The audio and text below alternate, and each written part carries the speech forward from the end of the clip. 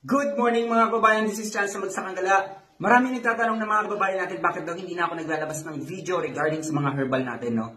So, unang-una po, almost 70% na po ng mga herbal na pwedeng makita dito, madaling makita dito sa Pilipinas ay nailabas ko na po. So, ang gagawin nyo na lang po, re-reviewin nyo na lang po yun. Nandun na rin po yung mga halaman na delikado sa ating kalusugan. Nandun na rin po yung mga halaman na maganda sa ating kalusugan at kung ano ang kakayanan nitong mapagaling sa ating karamdaman. Ngayon po, napaka-full dedicated po ako sa Acid Guard Plus natin dahil nakitaan ko po ng napakalaking potensyal at sa mabilis na panahon, napakaraming kababayan natin na naibsan ng mga karamdaman.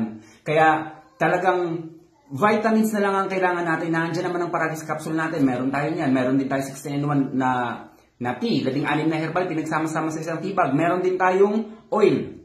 Bituon oil. Wala nang kawala mga kababayan. Meron nang magre-repair sa internal parts natin. Meron din magre-repair sa labas ng katawan natin, no? Yung bituon oil nga. Kaya ito ang sagot ko mga kababayan. Almost 70% na alam kong, na knowledge ko regarding sa halaman na inibigay ko na sa inyo. Re-reviewin nyo na lang. Yung 30% hindi ko ito maipalabas dahil napaka-rare nitong hanapin. Mahirap siyang hanapin. So kaya nakafocus tayo ngayon sa Acid Guard Plus. Kaya nakikita nyo araw-araw nagkakaroon ng magandang feedback. Araw-araw may gumagaling. Kaya dito muna tayo mga kababayan. So ingat po kayo palagi, stay healthy. Ako si Chance at ako ang Magsasakanggala.